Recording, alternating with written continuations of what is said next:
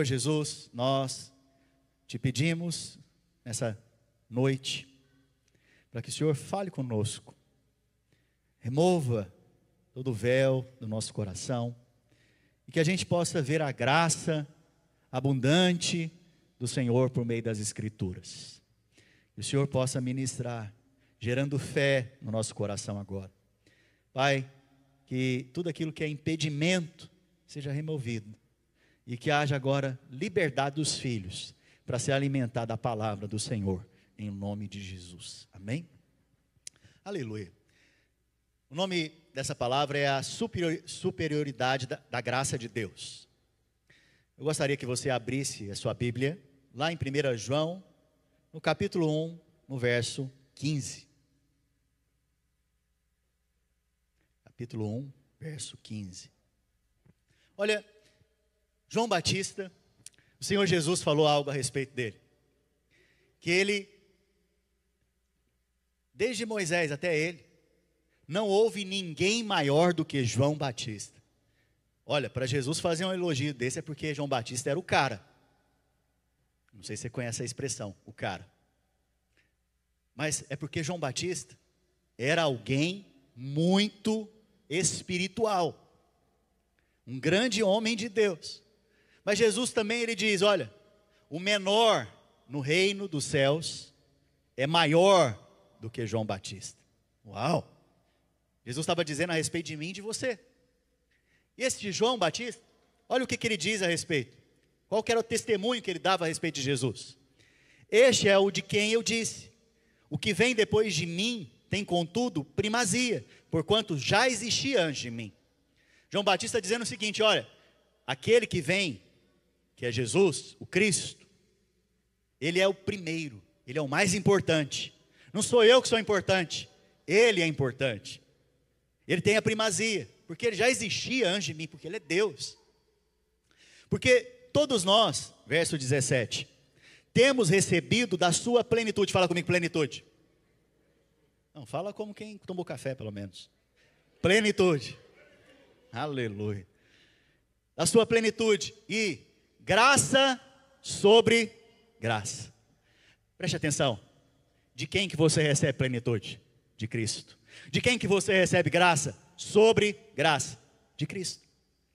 Veja. Há alguma área da sua vida que está faltando?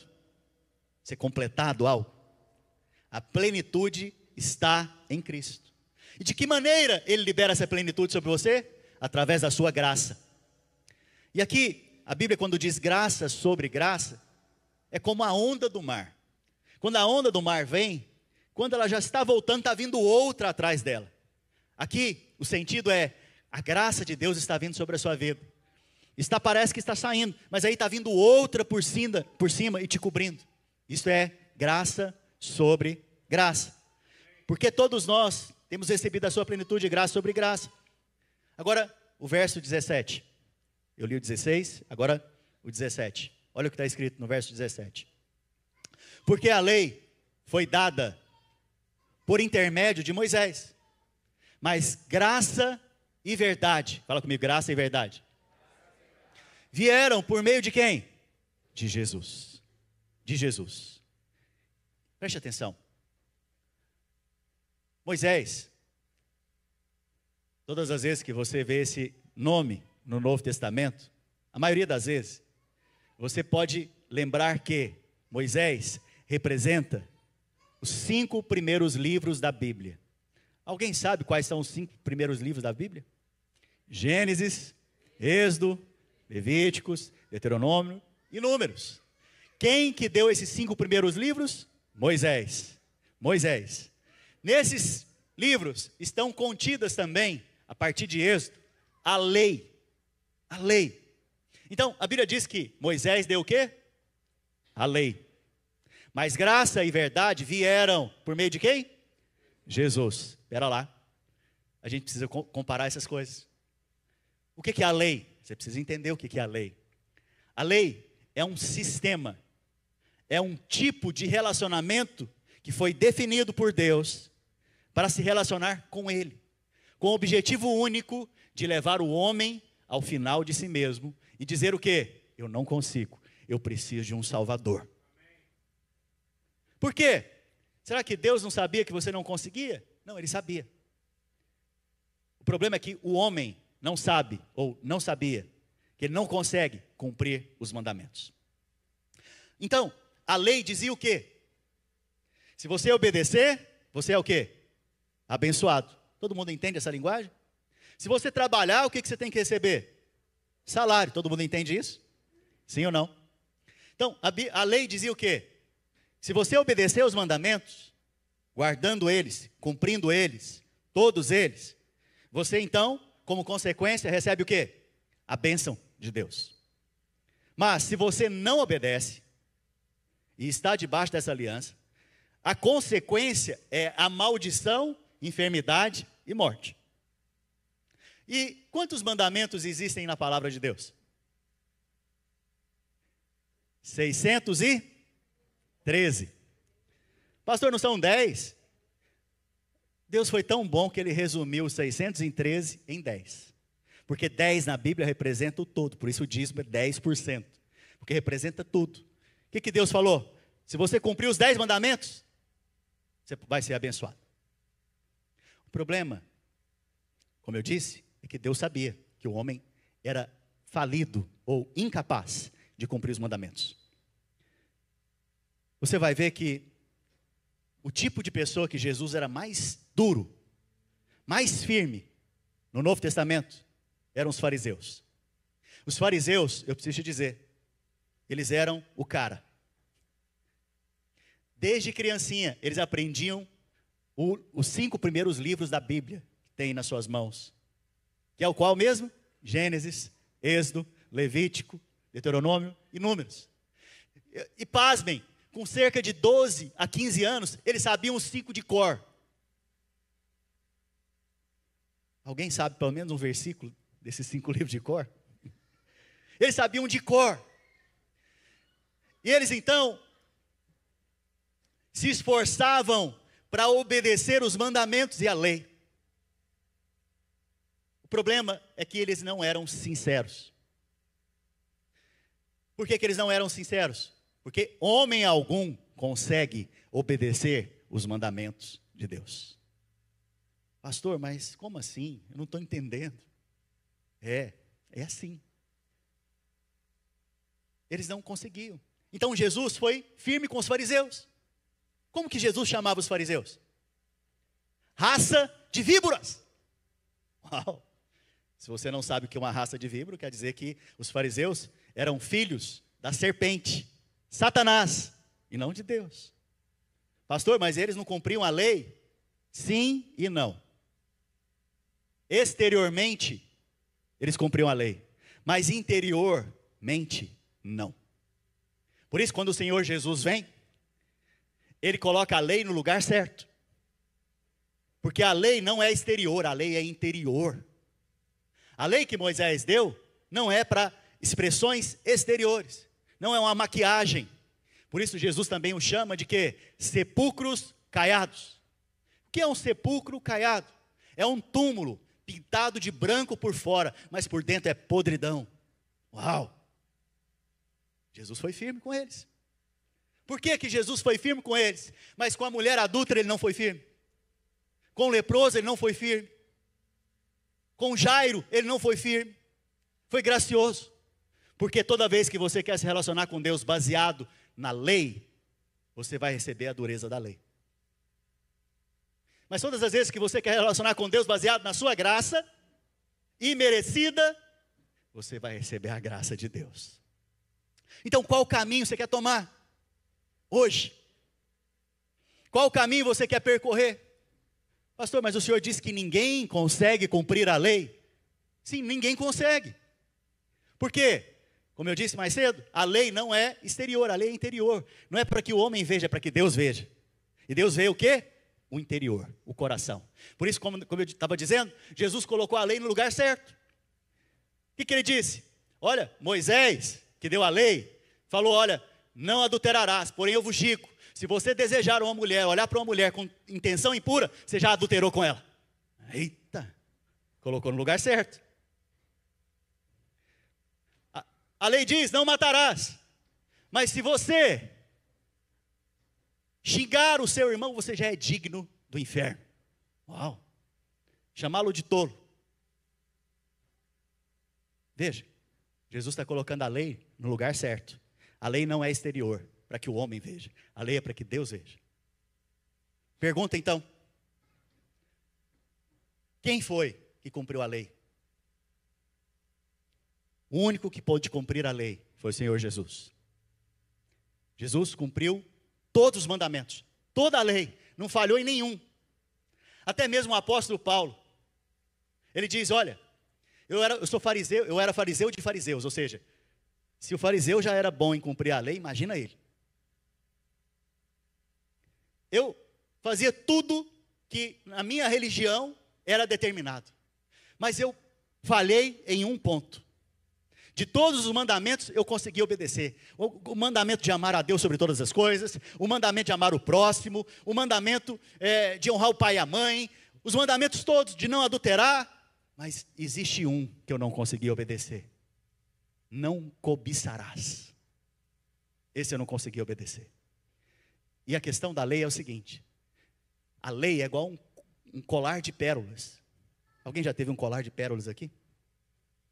Quando um colar de pérolas arrebenta, o que acontece com as pérolas? Caem todas. Porque se você errar ou falhar em um dos mandamentos, para Deus, você falhou em todos.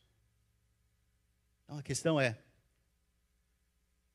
qual o tipo de relacionamento com Deus você quer ter? Baseado na sua performance, no seu mérito, na sua justiça própria? Ou unicamente baseado na obra de Jesus Cristo, que nos deu de forma agora graciosa todos os benefícios, como alguém que obedeceu toda a lei? Qual o tipo de relacionamento que você quer ter com Deus? A Bíblia, então, em João, nos fala, no verso 17, Moisés deu a lei. Veja, isso aqui é um celular. Se eu pego esse celular e dou para alguém, eu estou dando um objeto. Sim ou não? Sim. Mas a Bíblia continua dizendo: graça e verdade vieram. Em português está vieram, mas no original está veio. Porque graça e verdade é uma coisa só. É a graça da verdade e a verdade da graça. Que é uma pessoa, que é Cristo. Por isso veio. Qual que é mais pessoal? A graça e a verdade ou o objeto? Claro que é a graça e a verdade. Veja, João Batista, a Bíblia fala que, Jesus fala a respeito dele, que não houve nenhum maior do que ele. João Batista, quando ele aparece ali na história, ele não aparece ali por acaso. Ele está representando algo. Ele está representando a aliança de Moisés. Ele está representando a lei e os profetas. Ele está representando esta era que iria se encerrar. Ia começar uma nova aliança, uma nova era. Por meio de agora, por meio de quem? De Cristo Jesus. Olha que interessante. Existem algumas pérolas no nascimento do Senhor Jesus, que apontam para a graça de Deus. Veja. Primeiro vamos ver essas pérolas no nascimento de João Batista. Lucas capítulo 1, verso 13. Para a gente ganhar tempo, eu vou contar para você aqui. O pai de João Batista, ele era um sacerdote. E eles tinham escalas para poder ministrar no templo. E na escala dele, a Bíblia diz que ele estava lá ministrando no templo. Depois de muito tempo ministrando ao Senhor, o anjo apareceu para ele e disse: olha, Deus ouviu a sua oração.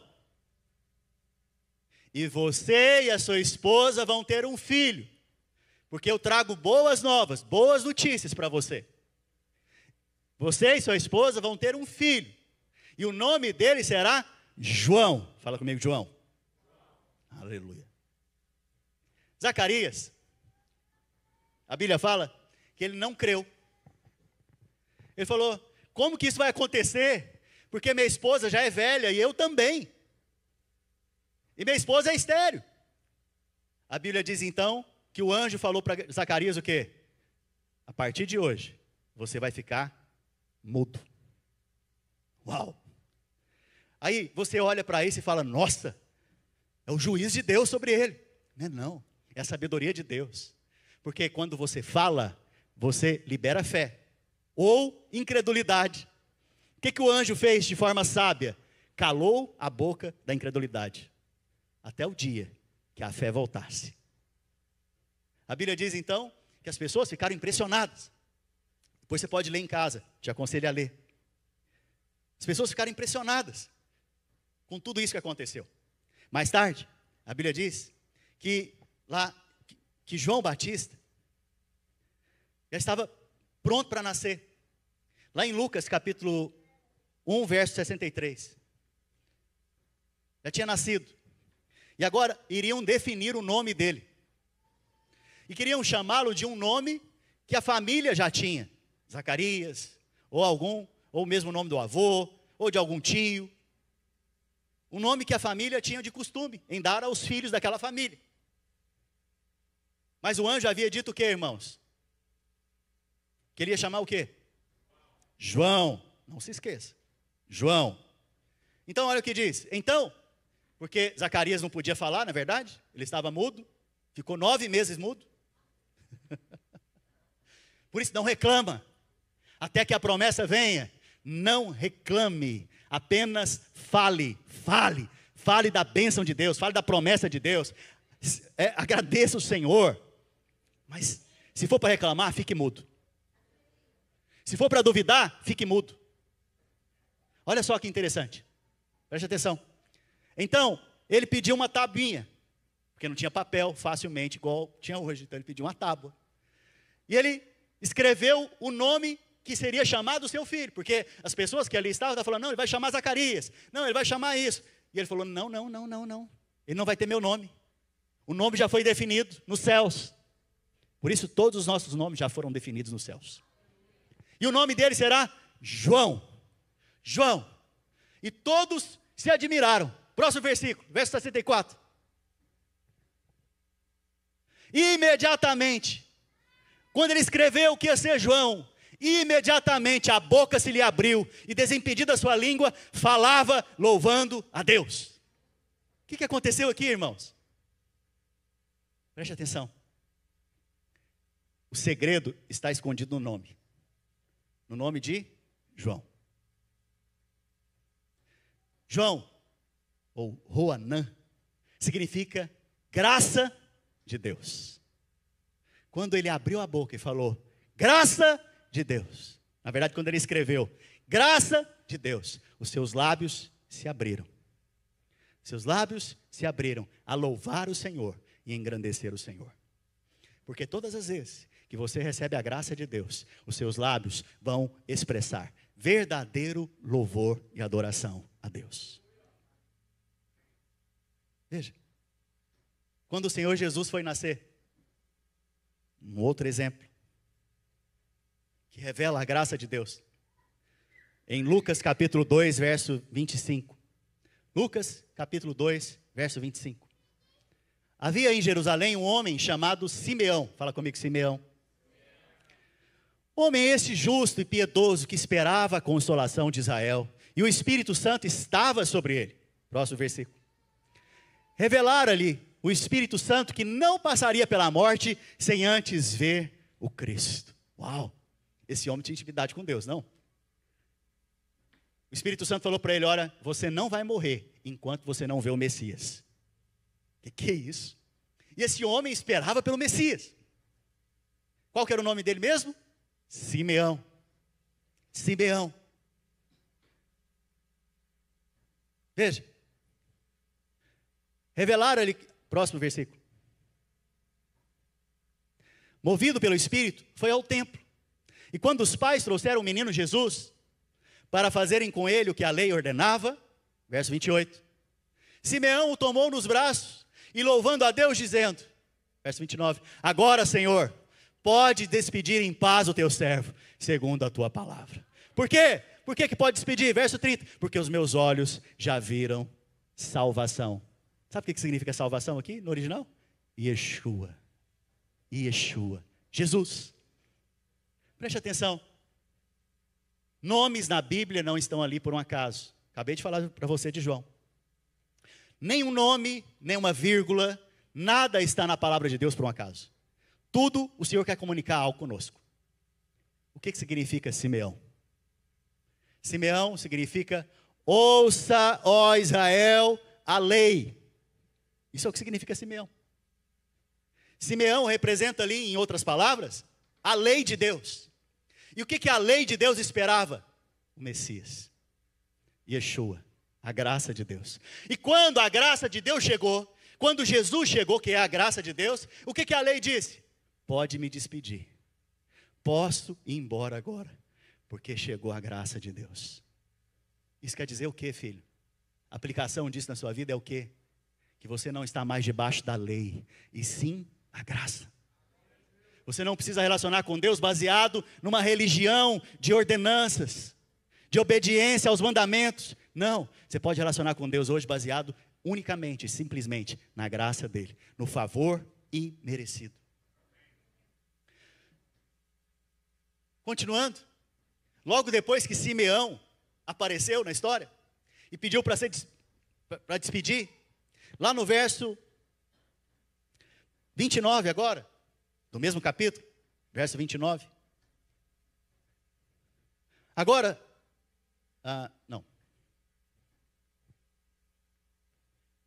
verso 36, desculpa, no capítulo 2.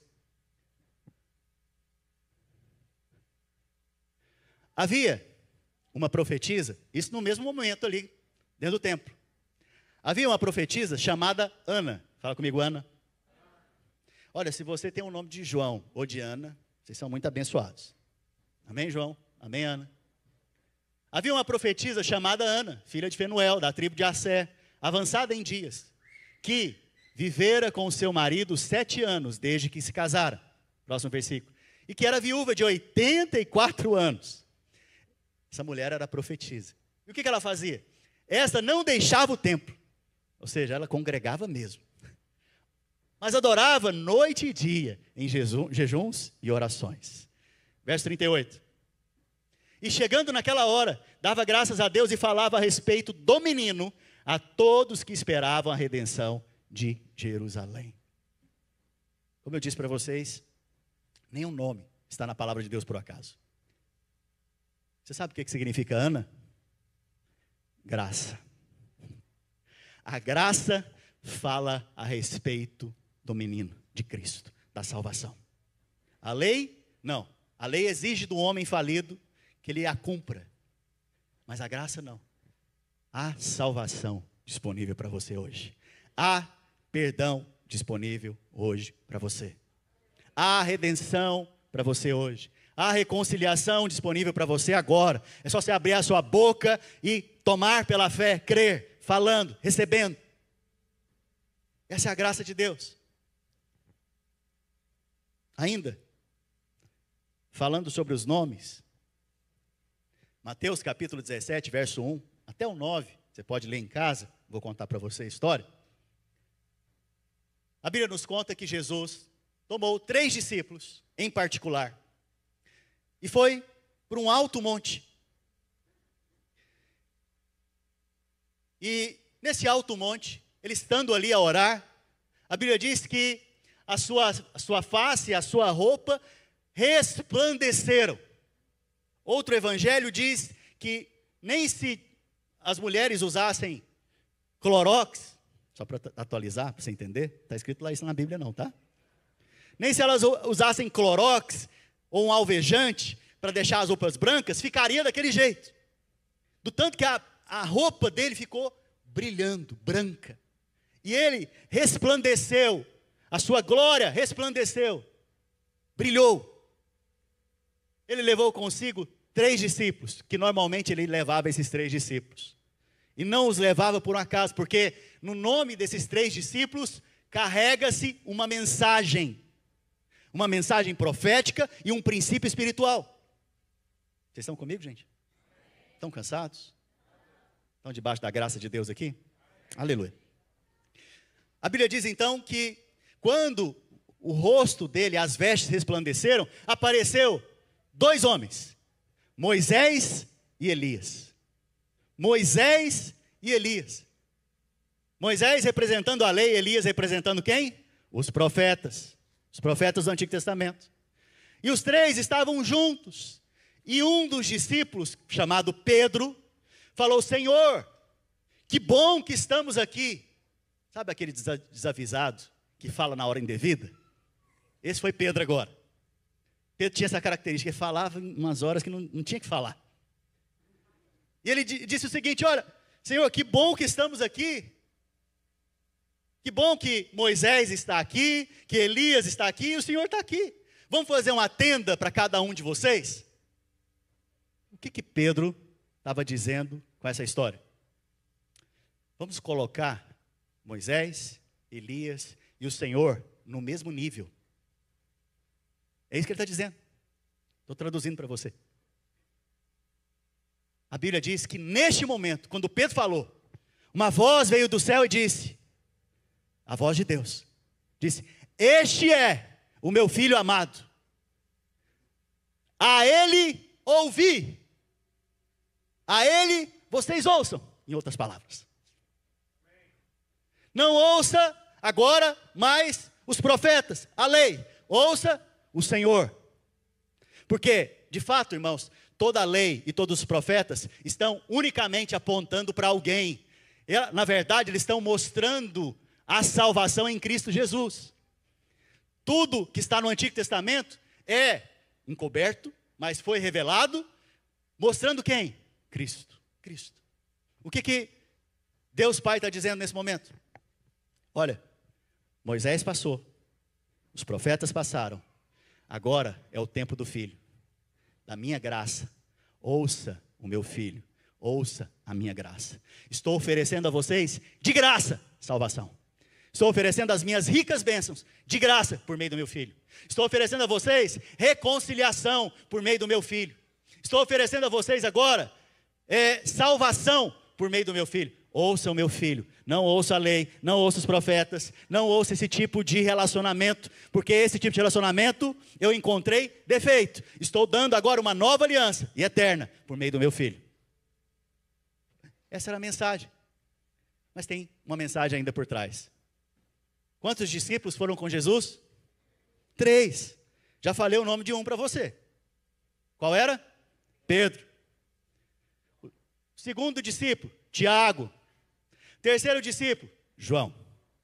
Eu falei para vocês que nada está na Bíblia por um acaso. Até os nomes carregam uma mensagem. Pedro significa pedra. Tiago, que é da mesma raiz de Jacó, Yaakov, significa suplantador. O que é essa palavra, pastor, em português? Muito difícil para mim entender.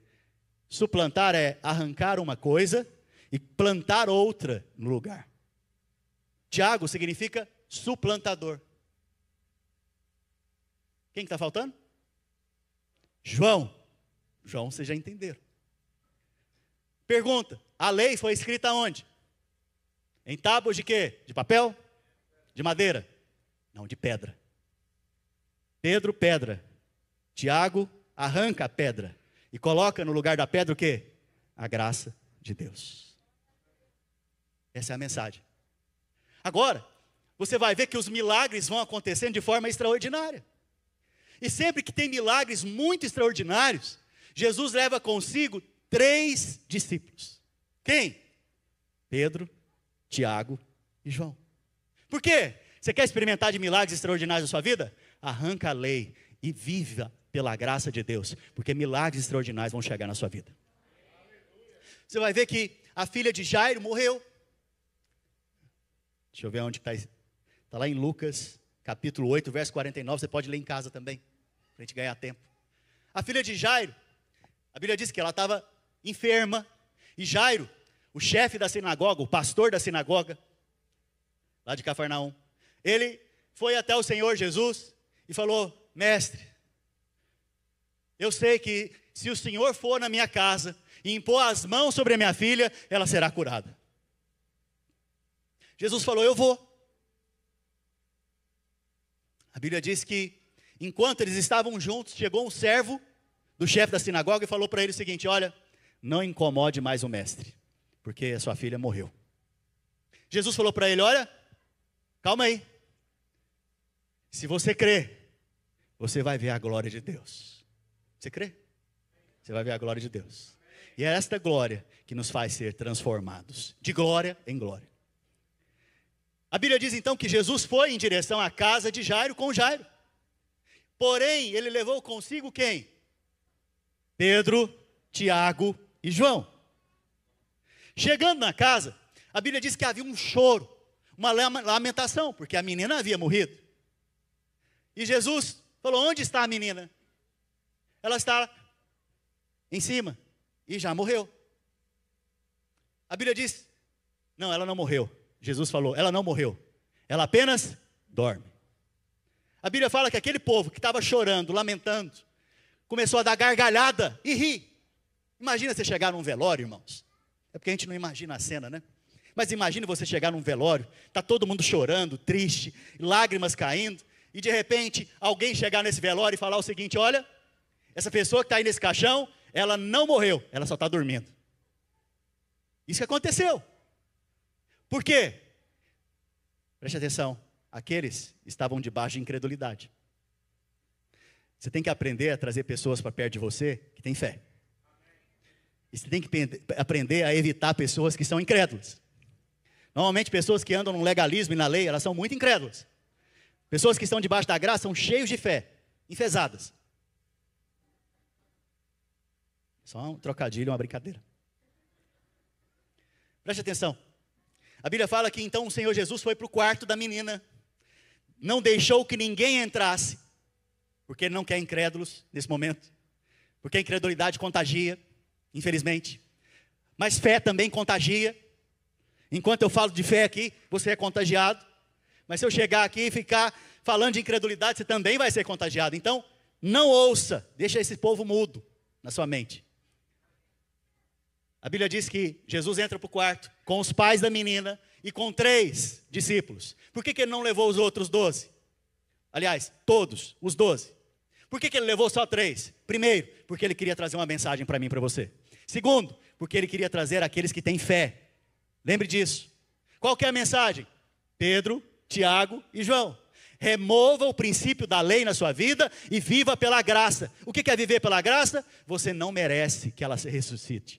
Você não merece que ela seja levantada dos mortos. Porque ao homem, o que ele merece é o juízo eterno, a morte eterna. Mas pela graça, eu vou levantá-la agora.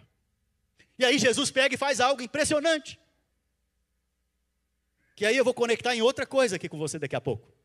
A Bíblia fala que ele pega o seu manto de justiça, chamado talid. Não precisa se preocupar com esses nomes. Mas era como se fosse um cachecol, que os judeus usavam, prescritos na lei, lá em Levíticos, que quanto maior o cachecol, com as franjas quase que arrastando pelo chão, ali, aquele cachecol, aquele manto, representava a justiça, o tanto que aquela pessoa obedecesse a Deus. Então, todo judeu fariseu tinha um cachecol daquele. A Bíblia fala, então, que Jesus chegando lá no quarto da menina, a menina morta, deitada na cama, ele pegou o seu talid, seu manto de justiça, colocou sobre a menina e falou: menina, debaixo do talid, levanta. O que é isso? Veja, tem 2 mensagens aqui nesse quarto. Primeira mensagem: remova a lei e experimenta a graça. Segunda mensagem: só pode experimentar da graça quem está debaixo da minha justiça. Porque o talid representa a justiça. Por isso que você chama a menina de Talita. Na verdade, o nome dela não é Talita. Talita é menina debaixo do talid. Isso é o significado desse Talita. Vocês estão comigo, gente? Amém. Aleluia. Mas o que aconteceu um pouco antes disso? A Bíblia fala que antes de chegarem na casa de Jairo, havia uma mulher que há 12 anos estava sangrando. Quantos anos? 12 anos, só tem, deixa eu ver aqui, ok. 12 anos, menstruada, sem interromper a menstruação. Uau, é muito tempo, não? Se você faltar ferro hoje no seu corpo, você já fica meio desanimado da vida. Imagina essa mulher há 12 anos, 12 anos. Detalhe, quantos anos tinha a menina que ia ser ressuscitada daqui a pouco? 12 anos. Isso também não está aqui por um acaso. Deus está querendo mostrar algo para mim e para você. Comunicar algo. A Bíblia diz então, que esta mulher, ela disse, fala comigo, disse: se eu apenas tocar na orla do seu talid, do seu manto, eu serei curada. Se eu tocar na sua justiça, eu serei curado. Ela disse, mas tem um problema. A lei dizia o seguinte: se você está menstruado, você é impuro. Você não pode estar junto com as pessoas. Se você sentar nessa cadeira, essa cadeira é impura. Se você encostar nesse lugar, esse lugar se torna impuro. E cerimonialmente você não pode adorar a Deus, participar do templo, das ofertas. Você tem que ser colocado separado da comunidade. Você não pode ir no culto. Esse é o único momento que você não pode ir no culto. Naquela época. Porque você está menstruado. Ou se você era leproso. Então, se você tinha lepra, ou estava com fluxo de sangue, você não poderia congregar. Terrível, hein? E esta mulher estava no meio de uma multidão. Se alguém descobrisse que ela estivesse ali, ela ia ser o quê? Apedrejada. Porque a consequência de estar no meio do povo impuro é ser apedrejado. E a Bíblia fala que a multidão apertava o Senhor Jesus. E apertava ele. E de repente ele disse para os seus discípulos: alguém me tocou. Pedro se levanta, ele gosta de falar. Ele se levanta e diz: como assim, mestre? Como que alguém te tocou? Nós estamos no meio de uma multidão. Alguém me tocou e saiu o poder de mim. A Bíblia fala que naquele momento ele olhou para trás e ele viu então a mulher trêmula e cheia do poder de Deus. Curada. Curada. Detalhe. Ela tocou na onde? Na justiça de Cristo.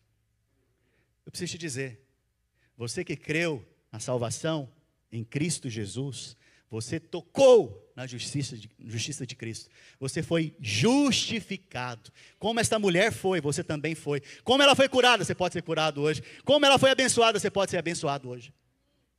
Quem toca na justiça de Cristo recebe a graça de Deus. A Bíblia diz então que essa mulher do fluxo de sangue foi curada instantaneamente. Mas aqui tem algo espiritual, um princípio espiritual.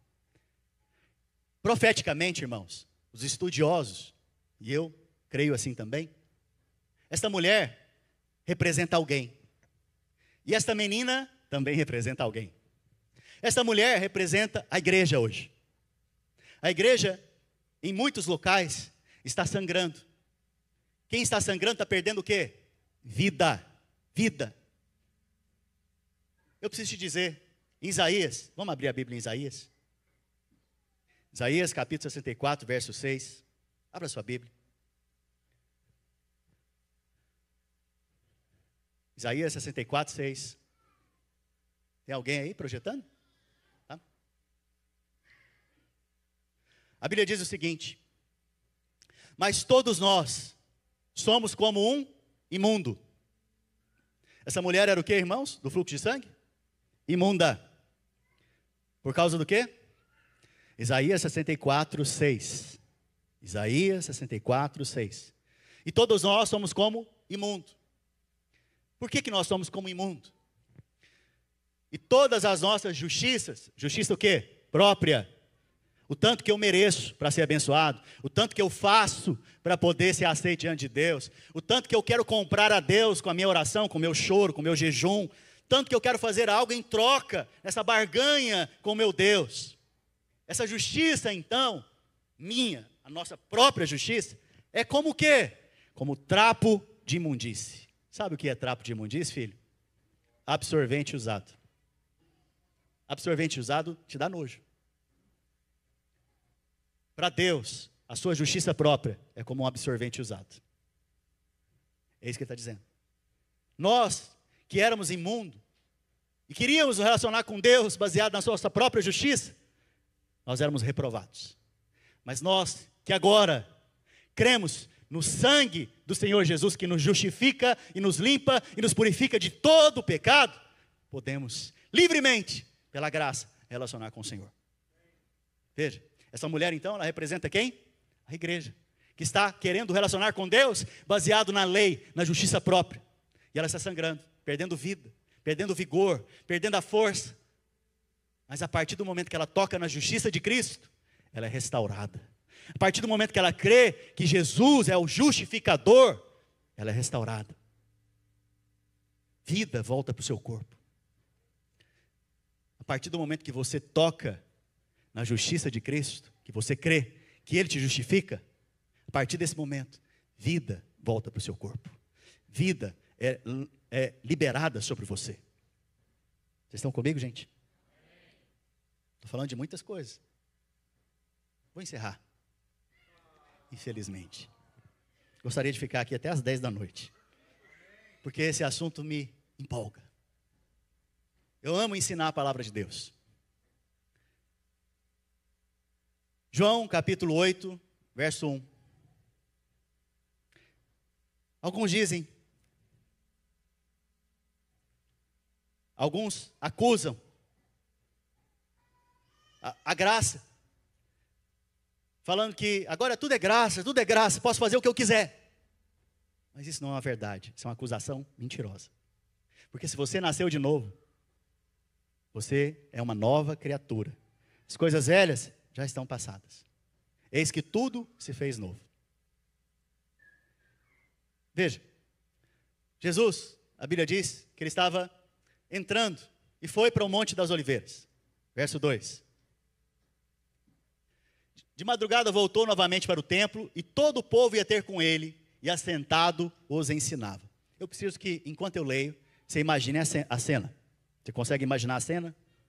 Jesus foi para o templo e estava ensinando. Próximo. Os escribas e fariseus trouxeram à sua presença uma mulher surpreendida em adultério. O que quer dizer isso? Ela estava no ato, acontecendo. E foram lá e pegaram ela no ato e a trouxeram. Você sabe qual que era a pena para uma mulher pega em adultério? Ou um homem? Apedrejamento e morte. A lei de Moisés prescrevia, se adulterasse, apedrejamento e morte. Uau! Terrível, não? Esta mulher, então, o que ela merecia? Segundo a lei, irmãos, o que ela merecia? Ser apedrejada publicamente, não se esqueça disso, uma vergonha pública e ser morta. Ok? Isso é que a lei prescrevia. Ela foi pega no ato. Para adulterar, você precisa de quantas pessoas? Cadê a outra? Cadê o outro, na verdade? Cadê o que estava lá junto? Provavelmente era um fariseu, por isso não o trouxeram.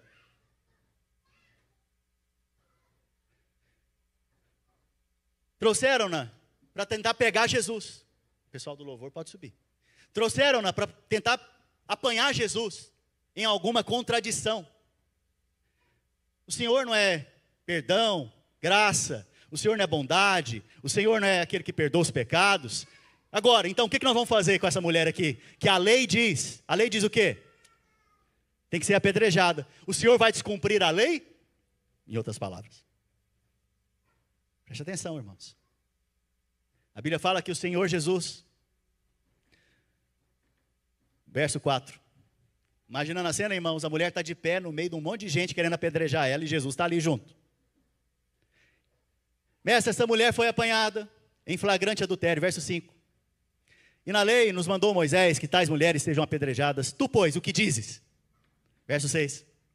Isso diziam eles, tentando-o para terem do que o acusar. Mas Jesus, inclinando-se, escrevia na terra com o dedo. O que Jesus fez, irmãos? Começou a escrever.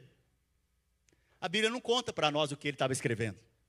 Mas, se você lembrar, a Bíblia diz que a lei foi dada pelo dedo de Deus. E aquele chão do templo era um chão de pedra. O que Jesus estava dizendo para aqueles homens, em outras palavras? Você está querendo falar comigo da lei? Eu que escrevi a lei. Eu que escrevi com o dedo a lei. Você está querendo falar comigo da lei? Vocês acham que vocês podem falar alguma coisa comigo da lei? E a Bíblia fala que ele estava lá. E a mulher está lá. Vou morrer hoje. E os caras estão lá. Eu vou matar essa mulher. E ele está lá escrevendo. Provavelmente também ele pode ter escrito. A Bíblia não fala. Mas ele pode ter escrito: o pecado de adultério dessa mulher. E escreveu na frente: esse eu vou pagar. Continuando. Como se insistissem na pergunta, ou seja, eles insistiram com o Senhor Jesus.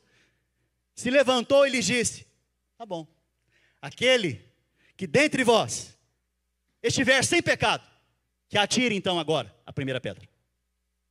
E a Bíblia fala que começando dos mais velhos, porque os mais velhos têm muito mais pecado do que os mais moços.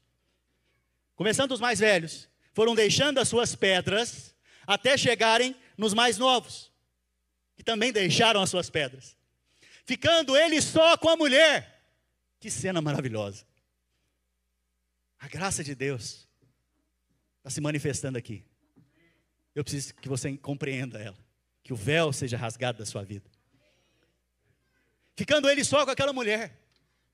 E a Bíblia fala para nós agora que ele vai fazer uma pergunta, que é a mesma pergunta que o Senhor te faz hoje: onde estão os seus acusadores? Vocês que creram no Senhor, aonde está o seu acusador? Debaixo dos seus pés. Porque Satanás é o acusador dos nossos irmãos. Mas a Bíblia fala lá em Apocalipse: eles, pois, o venceram por causa do testemunho de Cristo e por causa do sangue do Cordeiro. Nós vencemos Satanás como? Por causa do testemunho de Jesus e também por causa do sangue dele em nossas vidas. Essa mulher então responde para o Senhor, fala o que para ele? Senhor, se foram, não estão aqui. Se foram. O que Jesus falou para aqueles acusadores, irmãos?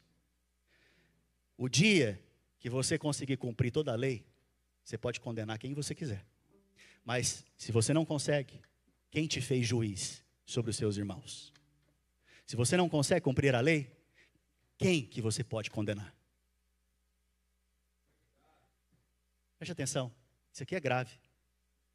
Porque a partir do momento que você condena os seus irmãos, comportamentos de irmãos, atitudes de irmãos, situações com irmãos, ou até mesmo com pessoas lá fora, você está se colocando no lugar de Deus. Porque só Deus pode condenar. Jesus, que pode condenar, ele pode ou não pode, irmãos? Sim, porque ele cumpre a lei, cumpriu toda a lei? Sim, a Bíblia fala: eu não vim para revogar a lei, eu vim para cumpri-la. Jesus falou. Ele não veio revogar, ele veio cumprir, porque a lei é eterna. A lei sendo eterna, ele matou a mim e você na cruz, para quebrar essa aliança com a lei e nos fizesse agora nova criatura para uma nova aliança. Preste atenção. Jesus falou o que para essa mulher agora? Nem eu te condeno. Nem eu te condeno. Pastor, mas lá está escrito também: vá e não peques mais. Preste atenção. Vou te contar um segredo espiritual. Demorei a entender isso na minha vida espiritual. Você só pode vencer certos tipos de pecado, ou na verdade todos os pecados, o dia que você compreender que você foi perdoado. Ela recebeu primeiro a graça do perdão, para depois ouvir: vá e não peques mais. Aprenda a receber a graça do perdão, para depois você ir lá e não pecar mais. Veja, a graça de Deus é tão poderosa que ela nos aperfeiçoa, nos transforma, nos educa. A Bíblia diz que a graça nos educa. Você nunca deveria querer se relacionar com Deus baseado no seu mérito, no seu merecimento. Apenas, unicamente, confiado na graça dele. Eu merecia ser apedrejado. Você merecia ser apedrejado. Mas aquele que poderia nos apedrejar, que não são aqueles fariseus, Jesus disse: eu te perdoo, filho. Eu te perdoo dos seus pecados. Eu perdoo todos os seus pecados. Há perdão disponível, inclusive para você, hoje, que crê no Senhor. Vamos ficar de pé?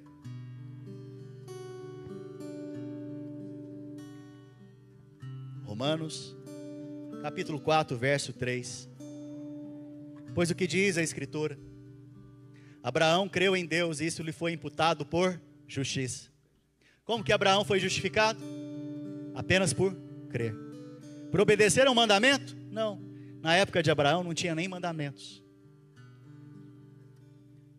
Ora, o que trabalha, o salário não é considerado como favor. Quantos aqui trabalham? Depois de fazer um trabalho, o que você espera mesmo? O salário. Se não te pagarem um salário, você vai ficar chateado com esse negócio, né? Muitos irmãos chegam nesse país, imigrantes, e aí alguns são contratados, aí a pessoa combina o salário, ele trabalha uma semana, trabalha 2, trabalha 3, e ele deveria receber no final de cada semana. Aí a pessoa pega e fala o que para ele? Não, você está ainda em experiência. Quando você passar da experiência, eu começo a te pagar.